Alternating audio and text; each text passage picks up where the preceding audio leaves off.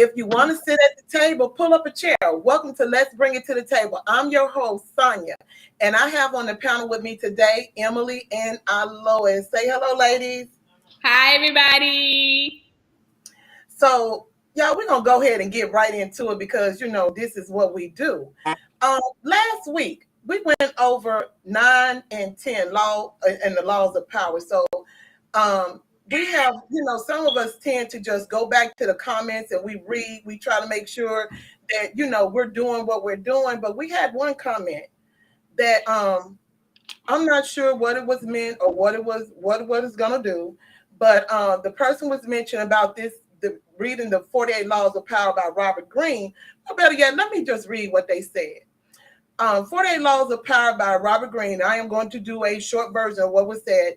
Is practically speaking a manual on how to be a successful cutthroat rules of man and state.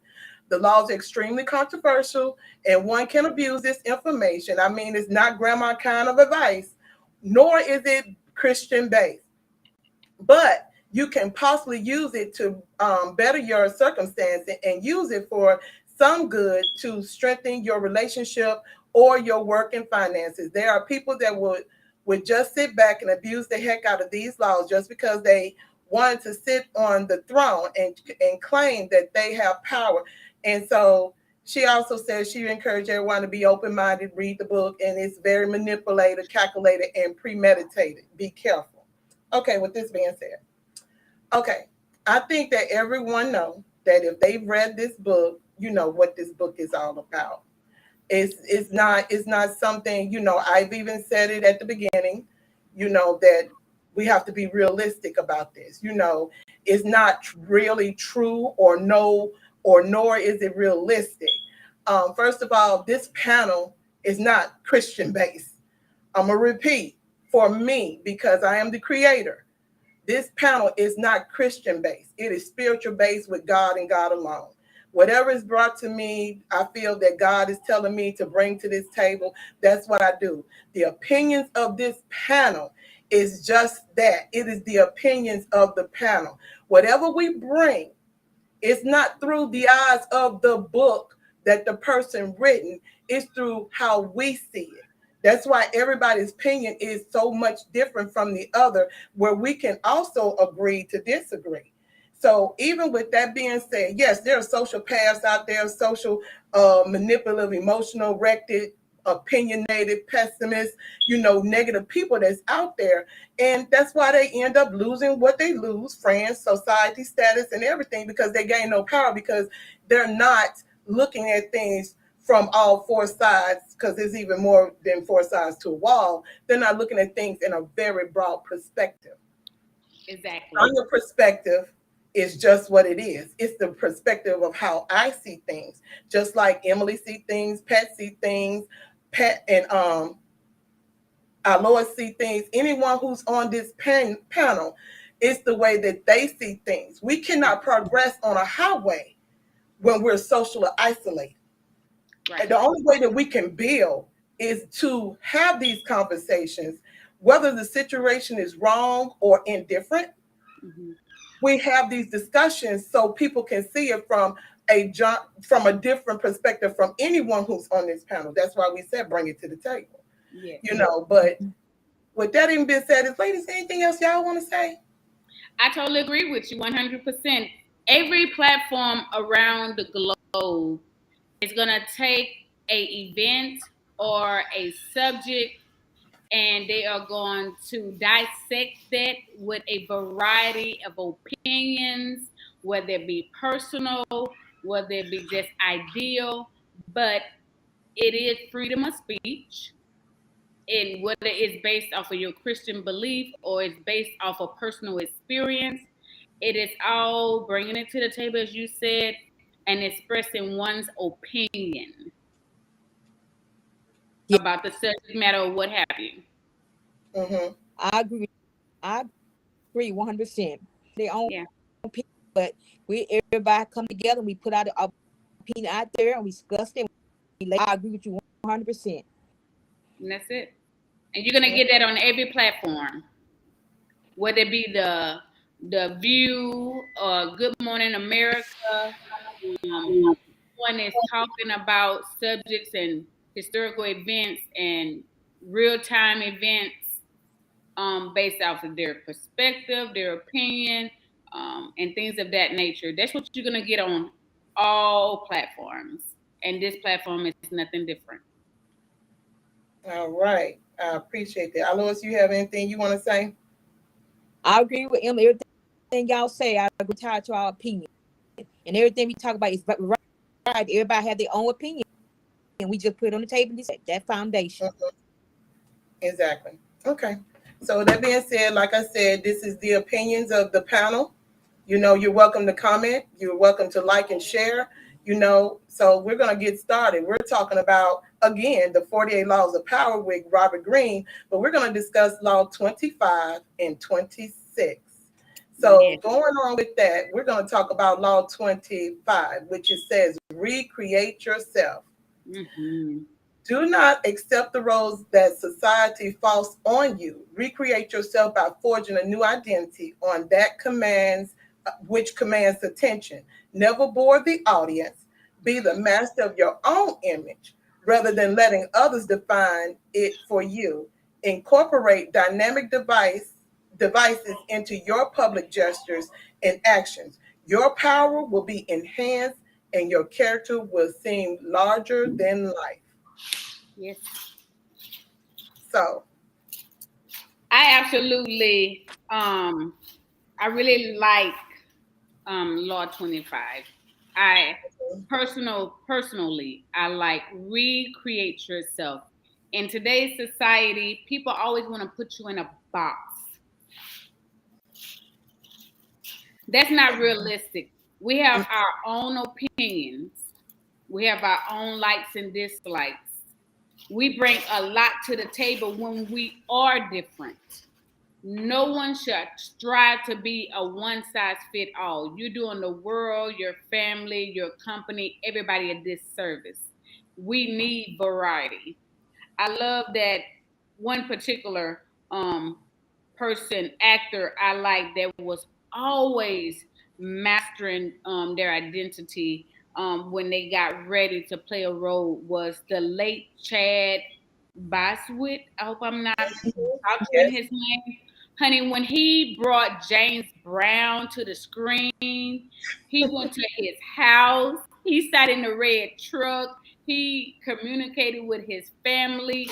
He embodied that. You did not see a trace of his own emotions or the trace of his identity. He actually became that character, and he stated that he did this for every character that he played, that he did the background. He mastered the emotion of the individual. He studied the character. You know, people might have said, well, maybe somebody who grew up with him might have said, I don't see you playing that role, you know, because, you know, you grew up this way or what have you. I don't see that. But I can almost hear Chad say, you don't define me. Mm-hmm. This is something that I have strived to be my whole life. Went to school for it. I think he went to Howard University.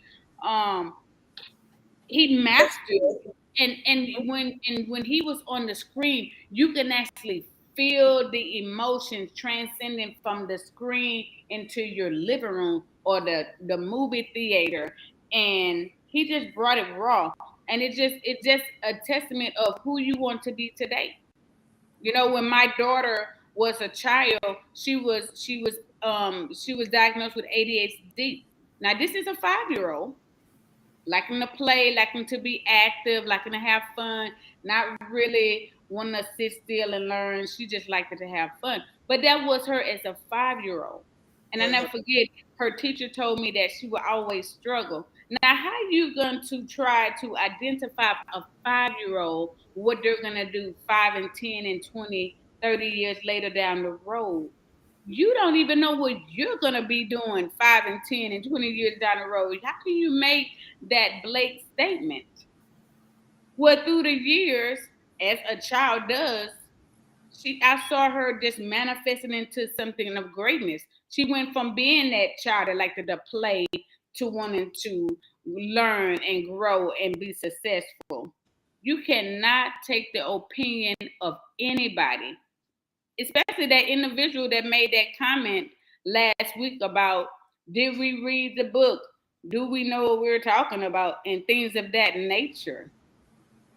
You don't know what we're doing. You cannot define who we are and what we're doing on this panel. You're not with us 7 days a week. You're not in our home. You don't know anything. That was very, very not appreciated. And you know what? And you have to look at it as this way too, because sometimes people would have took that comment and they would have been crying about it. They would have let their emotions got involved instead of saying, okay, I'm beginning to learn how not to explain myself to people all the time, because what I do is what I do, and I do it for a reason. And so if you're not understanding that ain't got nothing to do with me. That sounds like a you problem. So if it's a you problem, I'm going to take me out the perspective. Out of the equation. Yeah, I'm going to take myself out of it, because your perspective is not mine. And I'm not to be, and a lot of people are that way. You can't put me on a puppet. I'm not a puppet. I'm not going to be on a string. I'm not doing that. And so when I'm recreating me, I'm not asking for an opinion. Mm-mm. And, and a lot of people have to understand that what's for you is for you. And, but as girls, as women, how we are and stuff, and we're out shopping, with our girlfriends and stuff, and we kind of decide, that's a whole different ball game. When let's say, like, I'm going out because I done lost all this weight and I'm trying to find me a new setup and gear, and I might want some opinions, then I'll get my girlfriends to go with me and I'll say, okay, what you think about this? What you think about this? Right. That's okay, because they're helping me to recreate an image that I want to recreate that's going to keep me on point. That part. You know what I'm saying? But for some people who see this as differently, it's not the case. Everybody recreate themselves every day when they wake up. I agree. Mm-hmm. Yeah. Because you never know how you're going to feel. You never know what that day's going to bring. And I know the individual stated that this isn't Christian based, but I am a Christian. And majority of my answers are going to be Christian based, because that is a part of my identity, my new identity in Christ. Right. Now, granted, when I wake up in the morning, I don't just go with what I feel. I pray about it and I ask God to lead and guide me that day. That's how I start off my day, my week, my month, my what have you. Mm-hmm. And it works out well for me, so I'm going to keep doing it. Right. Oh, they didn't say that not Christian based. They were saying that they're saying the book was not Christian based. But I would let them know that I am not Christian based. I'm from a Christian background, but I'm spiritual. I assigned to something else because I'm different from everybody else. Mm-hmm. So it doesn't make a difference. But we still worship the same God. You get what I'm saying? My alignment to him is just different. Alois, I see you saying something. I can't. Oh, can you hear me? What you say? Law is kind of have something that pertains to the Bible also in there. Because I'm learning. I said it because you look at that. You look at some of that stuff that talk about. That stuff is also in the Bible too. It's what it said in the Bible. Mm-hmm. Mm-hmm. Like yes. When we go to Law, what they talk about, it's in the Bible. Mm-hmm. But like or not, basically everything we talk about is in the best word different, but it's the same thing. It's just worded different. That's right. You can really recreate yourself and just recreate yourself a new heart. Creating. Yeah. So you're right. And I love owning your identity. I always tell my kids, it's not what you do, it's how you do it. But your faith and what you believe in. Don't let nobody else try to change your mind. Do what they said. God said, and what you need to do. What you need to do. You don't go by what the next person say. Go by that by going by, try to get in these crowds. You don't need to get in the crowd. You need to create yourself. So I installed that my kids on day one, when they start, especially when they start going to school, you try to please. You got to do you. Exactly. Because that goes into what I was about to say next. The character you are born with are inherited, shaped by your parents, friends, and peers. The task is to take control of that process and stop allowing others the ability to limit and mold you. You know, when you get a certain age, there's a time that you come in and you remold yourself. You remake yourself. You work on yourself like clay, you know, and you shift and you shape and you move to make yourself the greatest and most pleasurable life task that you have in hand, because it's all in your hands. Yes. I mean, your decisions and your life, your choices you make, the words that you speak over yourself, affirmations, they're going to frame your reality. And also, if you choose the opinion of others and you dwell and let that rehearse and begin to embed itself in your bed, you're going to become that thing. Like a child that maybe had undesirable features, and somebody, maybe a parent or a family member, or maybe even someone at school, a teacher or whatever, call them ugly. Well, that child might grow up to be the most beautiful swan, but because of that one statement, that has became their identity. The words of others can become your identity. Yeah. Where you're fat, or you're too in your life. skinny, or you're too nice, or you know, and then you go through all these personality dysfunctions and you don't even know who you are. Yep. And you have to not allow people to have that much power over you, to where now you didn't develop this self-hate. Yeah. Because of somebody else's opinion. Exactly. You have to have a healthy opinion about yourself and allow that healthy love and opinion of yourself create who you want to be, not versus what somebody else thinks you should be. Yeah. That's right. That is so true. Well, and so that's beautiful. why I love Law 25. I really appreciate that one. Yeah. You have to think for yourself. You can't allow people to come in, give you this narrative, and then say, hey, this is you for life. No, because we're all evolving. From being somebody's child to being somebody's wife or husband to being somebody's mother, aunt, uncle, cousin. Those roles take on a great impact on your life, whether you know it or not. And people are watching your role, even if you're not in a pulpit on a Sunday or live on news at 5 and 6 o'clock in the morning. Your life, your identity is broadcasting something to somebody, making somebody believe in themselves. Seeing, you know, just here recently, seeing Michelle and Barack have their paintings, paintings hung up in the White House. Somebody's looking at that and thinking, wow, that could be me one day. You know, she, in her statement, she said, I was never supposed to be able to have this privilege, but here it is. Somebody else's opinion didn't stop that. Somebody else's emotion didn't hinder that. And that's what you have to be about with yourself, whether you're a Christian or not a Christian or what have you. You need to own your identity. You need to, like what's going on now, self-love, self-care. Yeah, you need to have that. You need to love yourself, because if you have not checked, the suicide rates are skyrocketing because of self-hate, self-doubt, because of somebody else's words planted in your head and making you think that this world, a young lady, I don't know how she did it, but she said life is planted in your head and making you think that this. She said that life is overrated. Right. And so she decided, this is it for me. Life is not overrated. People's opinion is overrated. That part. Now we're all entitled to have one. But we're also the gatekeepers of our life, our mind, our heart, our actions and reactions and interactions. We should be the gatekeepers that say, no, that's not who I am, and I don't accept that. That's true. Yes, I wish they at school.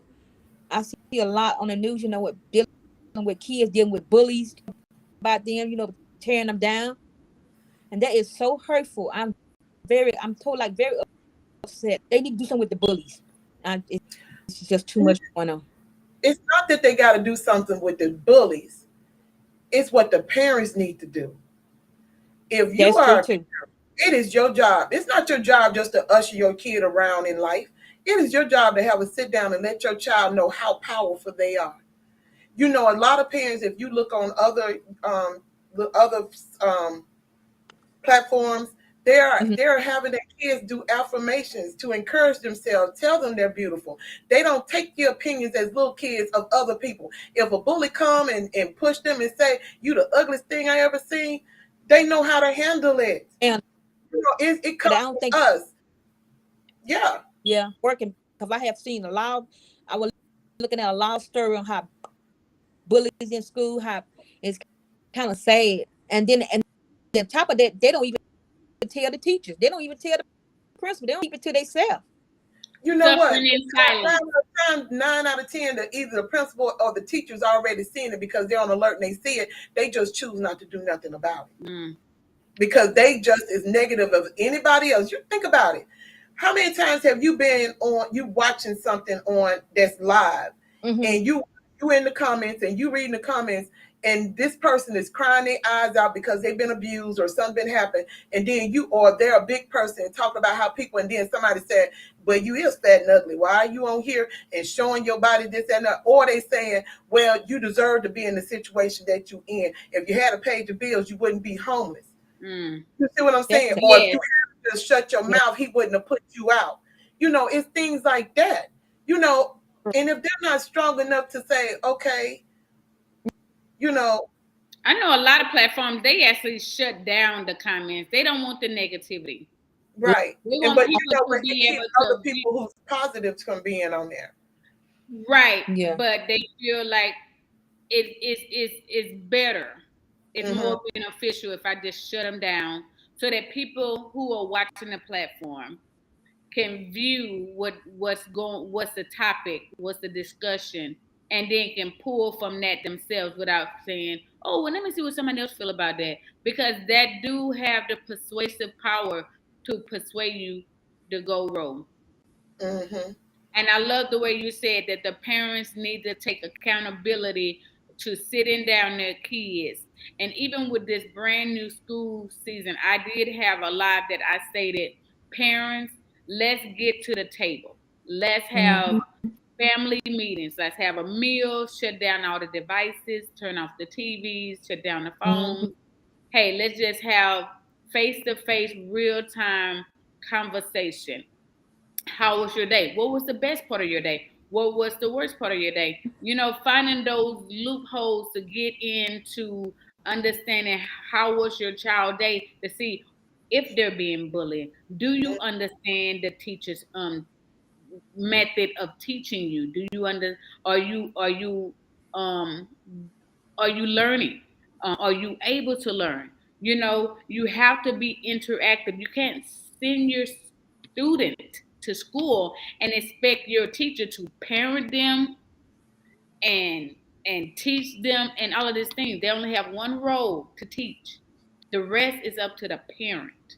When LaDeja was in school, I had access to the teacher's emails. If we need to have emergency meetings and things of that nature, because one thing I did not want to do was I did not want to just let my child go and slip through the cracks and say, "Oh, well, that falls on your shoulders." No, until they're 18. Yeah. That does not fall on their shoulders. That falls on your shoulders. You're responsible for that child.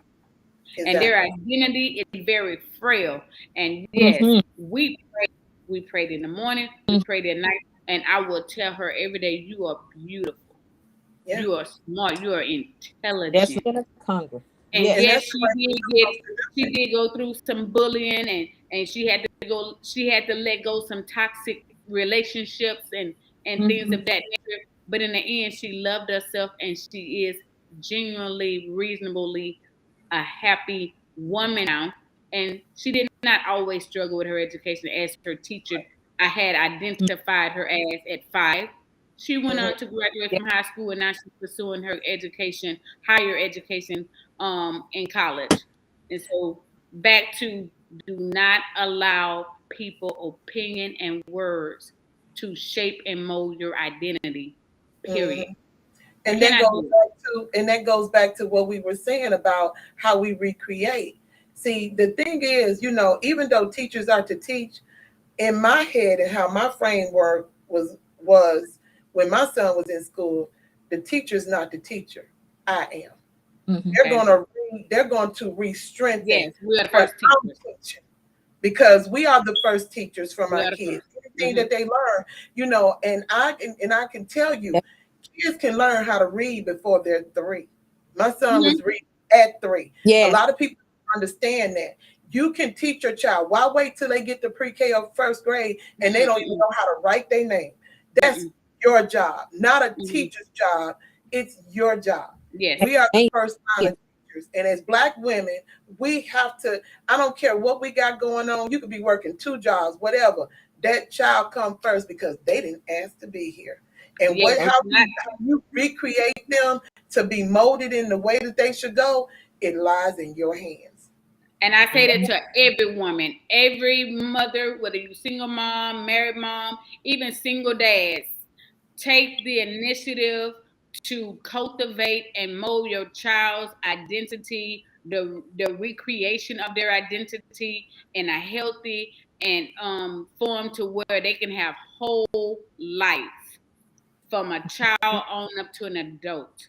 Because if your mental health and is solid, and your emotional health is solid, and you are affirmed and loved at home, you can go out and face a lot in the world versus someone who does not have those same qualities or was even open to receiving those qualities as far as being affirmed at home and cultivated as far as who they are as in their identity may fall through the cracks, but always strive to have a healthy mental and emotional health, because it does carry you a long ways. And I know people would say words don't hurt you. Sticks and stones may break my bones, but words will never hurt me. That is a lie. The sticks and the stones may hurt for about a moment, but those words can go into places into your conscious, your subconscious, that you will wake up in nightmares with because of that. They go further than the sticks and the stones. And that's why you have to understand that whatever someone say, it might sting. I always tell myself, it might sting for a moment. You take that breath and you keep it moving. You don't let it hold on to it out, and you don't let it hold on to you, because you don't know what the mindset of that next person. That's why it goes to playing back into, there's 2 steps in this process of recreating yourself. You have the process of self-creation, is self-conscious, being aware of yourself. And as an actor, you can make yourself into an actor into this until you get it right. Take control of your appearance. Take control of your emotions. If you say you having a bad day, understand you spoke that to life. You're going to have a bad day. You can change the narrative. Exactly. You have to train yourself. The second step is the creation of memorable character, one that compels action and stands out above other players on the stage, because this life is nothing but a stage. And guess what? If I'm the director, the producer, the headline, it's going to go the way I need it to go, so I can look the best, not to control anyone, but I'm talking about what I need to do in this world, because I'm not of this world. I'm in it because I have to be. So I have to control my narrative. A good drama needs more than an interesting appearance or a single standing out moment. Drama takes place over time. Rhythm and timings are critical in all of this. And then you got that thing that's called overreacting, and which is a counterproductive. It's always another way of spending too much effort trying to attract attention. I don't care about attracting attention. Me walking in a room is enough. Any Black woman that walks in a room, that's enough to attract attention. So that's I think when you over counter Mhm. you do more damage Exactly. than being productive. You want to be influential Exactly. with your identity. You want to be able to influence, empower, and inspire people. I was just listening to Jennifer Hudson. She got her EGOT, the Emmy, Grammy, Oscar, and Tony Award. And now on her very birthday, September the 12th, she will be broadcasting her very own talk show. And that's And a great kudos thing. to her, because you know what, honey, if she would have took Simon Caldwell, or I hope I'm not butchering his name, if she would have took his opinion about who she was as a singer, artist, whatever she would have not. She took it to strive and to empower her to recreate what she already had, to empower what she already have, and be at the status that she is today.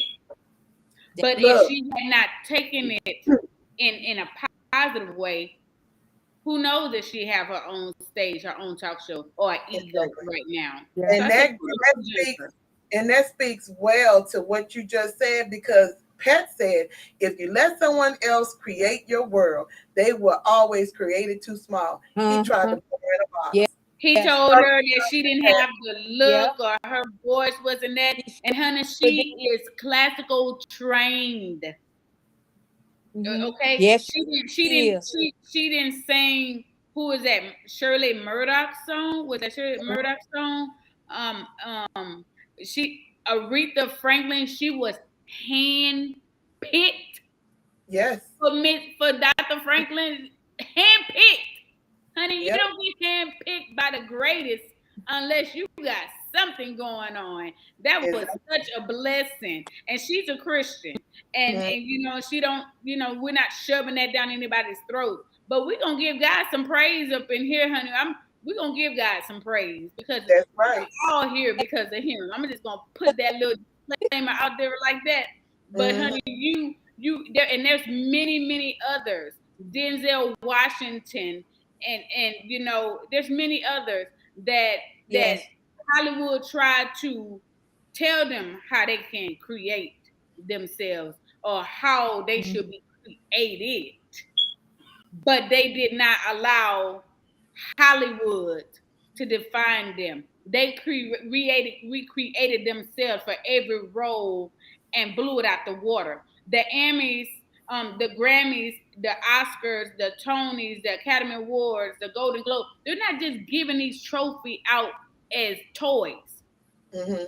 You have to bring it. You have to bring the excellence.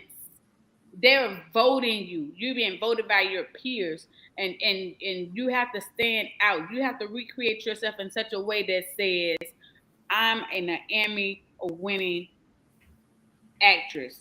Artist. That's how you know, I love seeing people get their flowers while they're still here. Because they have put in the work, and it is not easy showing up as your very best self, because this world is filled with opinions. People think they know you because they see you on a 5-second live, or they scroll into your Facebook account. You don't know me. You are not here with me. You don't know me as Emily, the wife, or the mother, or the Christian. All you see is a nice picture and a live. I'm inspiring and encouraging somebody because that is what I'm passionate about. But you don't know me to bubble up an opinion about me, especially if you have not had a conversation with me. Exactly.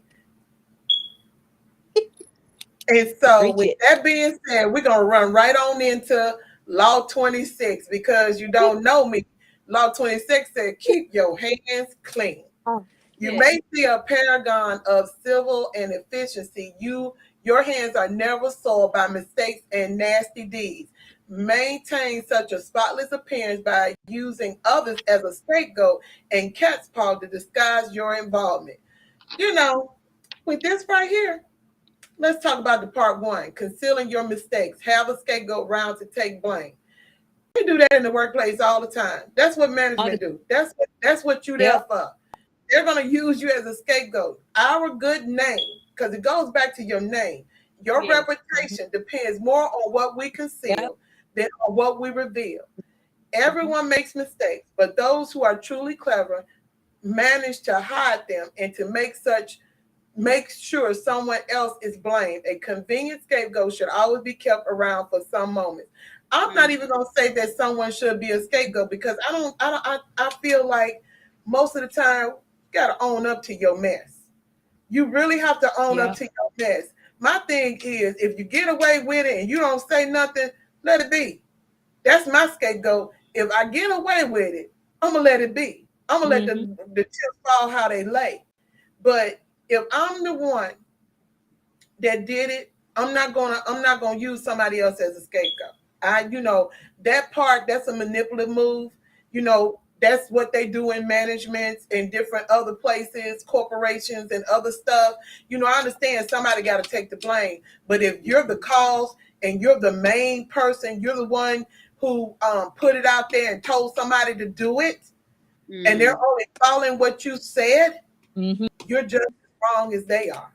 So you're co-defenders. Yeah, you sure is. Okay. You're the manipulator behind it. When I think about Law 26, me personally, I've had several managers that were narcissists.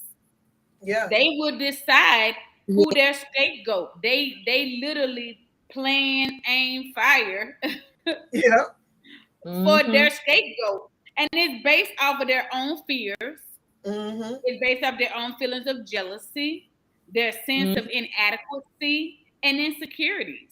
And they want to shove their weight around and just have such a presence in their department to where they're not willing to work with their team, but they want to dominate because they want upper leadership to think that they are just so strong and so well maintaining their role in the company as well as their team, and so that this will give them promotion.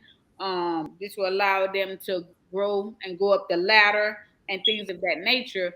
But when you have a boss as a narcissist, it's going to be a rough ride. And yes, they're constantly looking for a scapegoat. They're constantly looking for one to show off their strength as a leader. When I started that was the first thing that hit my mind. Oh boy, this is definitely leadership. Yeah. And the practice that goes on today, it is done indirectly. And whoever they're using as a scapegoat, they're using it it serves as a warning to others that no trust in someone should only go so far. Yes. Because when I shared this before, when I talked about when my manager had falsely accused me of smelling like an alcohol beverage on my job, and how I had to go through that journey of taking a breathalyzer. I know without a shadow of a doubt that he was trying to utilize me as a scapegoat, and it backfired on him poorly. And he ended up being fired down the road, paid out of his contract. So just because these 48 powers of law, or what people are utilizing to make it, to get ahead in life and to be successful, there is still a lot of backlash that comes back with that. You're not gonna sow these things and think that there's not gonna be a harvest. Backstabbing people, using scapegoats and things of that nature. You're gonna, like you said at the very beginning, you're only gonna get away with so much, and it is gonna always come back to hurt you. Reap what reap what you sow. That's right, our Lord. Reap what you sow. It says that often wise. This is why how this is. Understand this. I'm gonna flip this because I'm not gonna say what it was said on this. I'm gonna say is this: in order for you not to be the scapegoat, it's not always wise to play the innocent person, because you become the innocent victim with them. You become the sacrificial goal. People that don't have enough power to fight for you or to fight you, they naive. You know, that's the way they see them. You can protest, but you protest alone, and the signs are going to show that you are guilty and not the other party. So playing innocent in some narratives of like the work or whatever is something you shouldn't do. And you also have to look at sometime when you're in these like on these different social panels, like on Clubhouse or whatever, and you have a whole bunch of men rah rah rah and about a certain thing about a woman, and a woman decides to speak up on behalf of women. They will flip that narrative and make her out to be the scapegoat and wow. her as something like she's a bitter woman, or because she's articulating what she's saying. And it's the same way. I've seen it where it's the same way in these groups where it's a whole lot of women and a man trying to enlighten them on something, and they get mad and they make him out to be the scapegoat there as well. So, you know, you have to understand that being a scapegoat ain't good at all. So you have to you get that understanding with that. And then we're going to talk about the cat's paw. There's a fable. The monkey gave the paw of his friend to the cat and used it and the cat used it to fish for chestnuts out of the fire and getting these nuts he craved without hurting himself. If there is something unpleasant or unpopular that needs to be done, it's far too risky for you to do the work yourself. You need a cat's paw. That means you grab somebody else's hand and you take it. Someone who could do the dirt, the dangerous work for you. They grab what you need, getting hurt themselves while you don't get hurt. You keep people from noticing that you are the responsible one. You become the executor because you put somebody else in place. You're the one who's the bearer of bad news, or you give someone that duty as well, because that's you taking something else and putting it in front, but you get to enjoy your good tidings. The true power. The truly powerful needs never seems to be in a hurry or overburdened, while others work their fingers to the bone. They take that's workplace too. Because you know, if y'all already know what I'm going with this, because you work yourself to the bone, but you get none of the praise, you get none of the raise, you get none of that money, but you still working yourself to the bone. And they take their leisure and take all the cooks from it, and you get nothing but a pat on the back and a pizza. Domino's. Okay. I remember those days. You know, you have to be very careful when you get into clicks. Yeah. I see this right here, crystal clear in clicks. You know, they're always, everybody in a clique wants to seem strong and vocal and not going to put up, and I'm going to say this and that and the other in the meeting. But when the meeting comes, you hardly ever hear from that individual. They're sitting back, hoping that they have provoked the other members in the clique to talk and be disruptive and disrespectful in the group. They didn't sow these seeds of hatred, and now they're sitting back to gain the wealth. And then when the manager comes to them and say, I noticed that you hang out with such and such, did they mention anything to you to why they would have said something in a meeting? And they're going to say, I don't know what's going on with them. That's a cat's paw. Getting back that's when they plant information, and then they got the right person to be the prime target to send it out there, and then they don't have a clue. They're like this because they keeping their spotless appearance. Wow. I was never ever the click type. I didn't do the clicks. That's right, Pat, to do their bidding. Yes.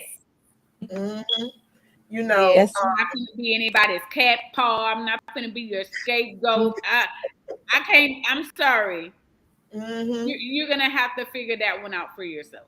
Yeah, because that can be very unpleasant for the person you're doing this to, and it can also be dangerous to you, because if they understood this and backlash come back to you, you're not gonna have any respect once the cat is out the bag. You Yeah. when, And and when God go ahead. forbid if they record you. Exactly. Well, I have a concern about such and such. We were in a meeting, and we weren't in a meeting, but we were kind of having lunch, and I heard some things that were very damaging. And then here goes the recording, and I just thought I'd bring this to your attention. Mm-hmm. I mean, it is chess, by the way. Yeah, it is. Yes, it is. So if you're gonna be doing these type of things to people, you want to make sure that you're not being recorded. That part. That Because part right. that could very well not work out in your favor while you're trying to get your cat paw and all of that great stuff going. And people have to understand when you use these, you better be cautious. I don't recommend you doing this because, I'm just bringing to light, you trying to be a puppet master. Right. These are like scenes that hide your own involvement in the dirty works from in the public and you behind the scenes. Don't understand that curtain can be lifted. If that person understands that they're being the scapegoat or you using them as a paw or puppet, understand the strings can get caught and it's going to be very dynamic for you. Yeah. Two, Yeah. the moment which is adventurous is never a disguise. You got to know your involvement and the responsibility that you take in anything. If you're the scapegoat or if you're the cat's paw, understand that you don't go unblamed because you let them get in your head and you let them trick you, and then there's the mistake that you make.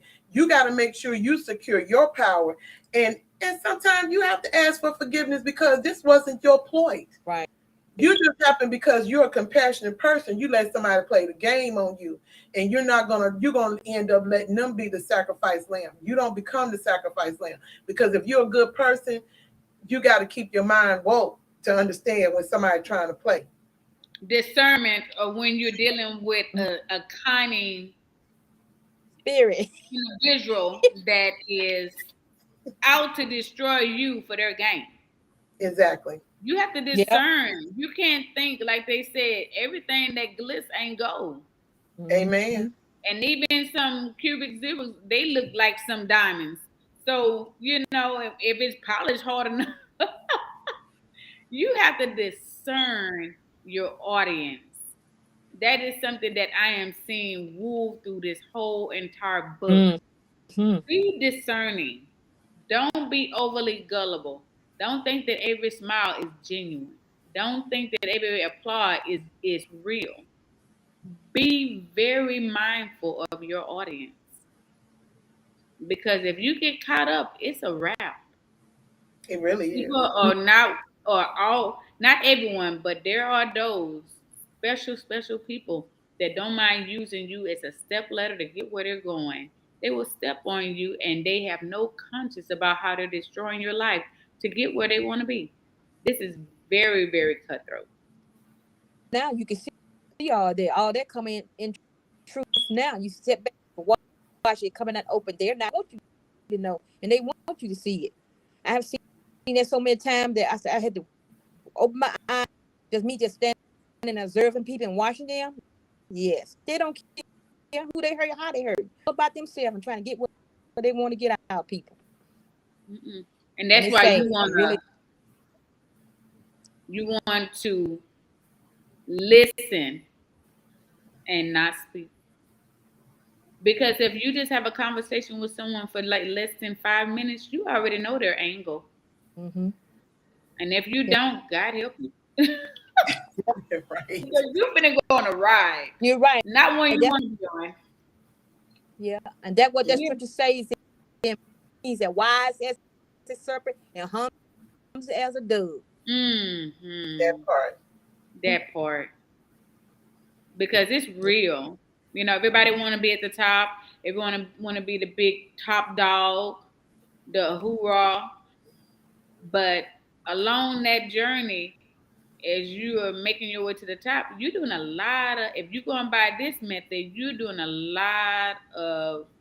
Mm-hmm. You're doing a lot of bad things. You're hurting a lot of people. Mm-hmm. And they say it's very lonely at the top. Yes, it does. It does. And it'll be just that much more miserable if you got all these people that you didn't cut down and did all this stuff to get there. Then you have to worry about them trying to come for you. Woo, honey. Yeah, a lot of people A don't lot do of that. good people behind the scenes. They're making it and they're doing great things, but they're like, hey, I'm behind the scenes. Mm-hmm. I can enjoy the wealth, but I don't need to be on the forefront. That part. That part. You know, it's possible to acquire a great reputation, to command an admiration by sticking to your moral values, no matter what.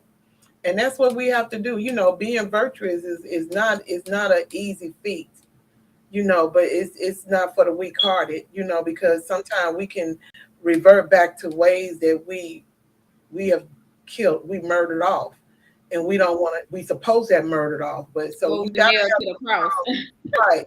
You have to have a powerful, strong ethnic background in order to know that you don't have to be what this law is telling you to be. And we just said what we're not going to do. You shouldn't, you know. So now it's time for 2 cents. Go for it, y'all. Go I ahead. love it. Long list. Go ahead. Okay, my 2 cents. Law 25, creating yourself, recreating yourself. You know, when you were a child, you thought like a child. You act like a child. You reason as a child. You did childish things. Mm-hmm. But know when you become an adult, you cannot do the same thing and think you're going to get a different outcome. So being a master of your own identity is being mindful of your audience, being mindful of who you are now as this individual, this adult. What do you like? What you don't like? Know that. And I think people need to take a real evaluation, do an assessment of oneself. One, before you get married, before you have kids, before you even think about joining organizations, make sure that you know who you are and what you're looking for, and to make sure that that is a great fit to your identity. Don't allow someone to come into your life and tell you who you are, because that can set you way to the point where you don't even know who you are, and then you're fighting your way to get back to where you were. That's for 25. 26, keeping your hands clean. I think, like the old folks say, keep your mouth closed and keep your ears open. Honey, you can keep your hands clean just by not saying nothing. It's evaluate your audience, know who's who, and honey, if your enemies show you themselves, believe them. And in doing so, That's right. you will always keep your hands clean. That's my That's 5. right. Ain't nothing wrong with that. My 2 cents in law number 25, create your is make sure you create your character, know who you are and whose you are, and become about to try to influence you or change your mind, and put yourself first in every situation. That you put God there also, because nobody can make the decision for you, only He can. And try to keep these, think are your friends, but they are your enemy. Keep them close and pray for them. And my 26 is keeping your hand clean. That means be still and know that I'm God. That you sometimes you have to sit and watch people and observe them and ask Lord to give you discernment. You see, if you can be good, be careful. So if you be good, be careful, be still, and just watch people and your surroundings. So that's my 2 cents. I agree. Yep, I agree too. So with that even being said, you know, we have to understand that with these both of these laws, there's a positive and there's a negative. The positive is recreate yourself, to thy own self be true. You know, it doesn't matter what someone say, doesn't matter what their opinion is. I'm gonna leave y'all with this because I say it all the time. I wait before I say anything. Patronella said, guard your gates Everyone is not capable of adding to your future. There you go. Mhm. And that Yes, was her 2 cents. That's her. Amen. Understand that to thy own self be true. When you're recreating yourself or being who you want or building yourself to whatever, be mindful of who you letting in to that. I say move silent on that. And when people Mhm. don't understand or they give an opinion, because I'm a firm believer, I think I'm gonna give me a PhD in moving silent, because that way I don't have to worry about anyone trying to tell me what I shouldn't do, how I should do it, and all of this. I move the way I decide to move.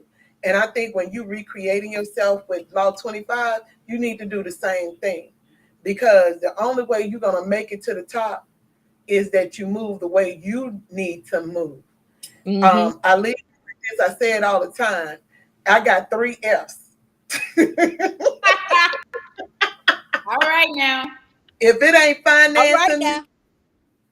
if it's not, doing the do with me, and if it ain't feeding me, you most definitely don't matter on how I You miss. recreate myself. Yeah. So understand, feeding me doesn't mean just putting food in my That's mouth. right. Feeding me is helping my cup runneth over so I can feed others Amen. mentally and And spiritually and emotionally. Yes. So if you're not saying that and doing that and whatever, don't come over here. This ain't the den you want to play in. So recreate yourself to be the best person you want to be. If being a stripper is the best person you want to be, you better be the best doggone stripper you can be out here and do it in ministry for the Lord. It don't matter, because I don't have no shame, no game in whatever anybody decide to do what they like. Because guess what? I ain't walking down that road with you. That's with you. That's what you decide to do. And I just use that because I be watching P Valley all the time. I be out at the paint in my head, enjoying what's going on. But outside of that, Law 26, everybody beware. Use that to gain understanding of how people move yes. and how they try to manipulate and get you to move the way they want you to move so their hands are free. You have to understand that Yes. even if everyone decides to do their own platform, when you're on your own platform, understand a lot of times when people come in and they're being negative, it's to get something out of you. You can't Yeah. let folks trick you. Don't let them trigger you. Amen. Whatever it is that they do, let them do. Sometimes I feel like, yeah, I got to go on here and break it down for you. But trust and believe, if you ain't doing them 3 F's, you can't trigger me. And I put that on 10 toes down. 10 toes down. All right. Yeah. So we're done with that. And everyone understand, next week, we come in the same time, same place. I am going to post the video and the PDF in the group. If you're not in the group and you want this PDF and this video, let me know, because this is a quick read. I really recommend, if you watch the video, you need to read the book. We're going to talk about Who Moved My Cheese. That's have always been a favorite of mine. Understand that all of us started somewhere in this book. And whatever it is that you're striving for, look at the characters in that book and you can be there without me giving out, because I know some people haven't, but I recommend everyone to read this book. If you got kids, a 5-year-old can read this book and you can break it down and let them watch the video and they can gain understanding on how they should be moving in life. A lot of us, we're in this in our lives now to where we don't even know that this is the way we should be moving. A lot of people don't understand that, even, because our Lois was saying, oh, we read this book at work. Work diverted that book in a way to where you can be productive at work. I'm telling you, you use this book for your life, not for work, for what you want to gain in life, what you want to do in life. Read it. I promise you, you won't regret it. But like I said, I'm going to post it and we're going to go there. And then in the future, because it's a big series, and because I want to kind of dive into it about how it relates in today's life, everyone should go and watch The Handmaiden. Oh, that's good. You need to watch The Handmaiden. It's several series. Yes, it's life strategies. That is correct, Pat. It is. It's life strategies. I want you to go and start watching the series for Handmaid because it does depict what life is going. It seems like what life is traveling. So you got to be aware. Sometimes they Yeah. put stuff out there in these movies to let you know what's to come. And so I Oh. feel like this movie speaks. And when you see it, you're gonna be like, Roe versus Wade. It's gonna hit you like a ton of bricks. Mm. So Yes, we yeah. watched this I before agree. all of this happened. So when I saw the verdict for Roe versus Wade, that was the first thing that hit my head. Oh Lord, we going toward it. We going toward it. And then I was like, and I'm just gonna say, I said either I'm gonna die, I'm gonna be a Jezebel, or I'm gonna run for my life. So I think I'm running for my life because that's just Yeah, I haven't read this book or seen this, and now I'm like, oh God. Handmaiden. Some people can get it on Prime. At one point, it was on Prime, and Okay. now Prime has gotten. They want you to pay, but I do know it's on Hulu. So if you Okay. have It's Hulu, on Hulu. go I look have at it on Hulu. I do know that the first season is out there, and we might just do it by just that season because when I tell you this chick in this movie, Yes. when her mind broke, she cutthroat. But I need Yeah. y'all to watch that and see all the underlining that's in there. And then we'll go into the next chapter, which shows something different in the next season. And I'm telling y'all, this book speaks to what it seemed like they're trying to do. Wow. And What they if doing you now? really look at it with an open mind perspective, you're probably going to see what I'm trying to say. And we're going to dive into that. But I need you to go on and start watching it so you can get yourself into this.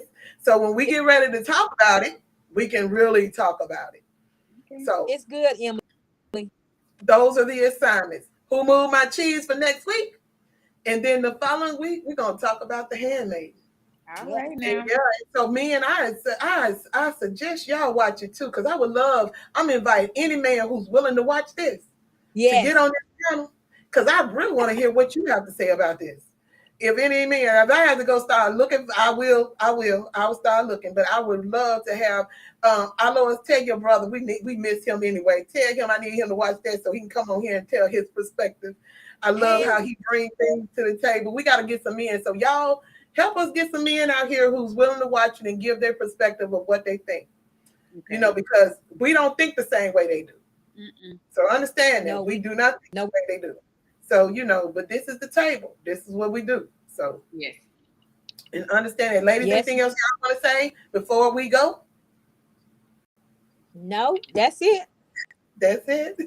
So, understand, as we always say, love yourself enough to leave this table, any table, or any table you at in life, leave it if respect is no longer being served. And I bid y'all all good night. We'll see you next week at 7 p.m. Eastern Standard Time. And we out.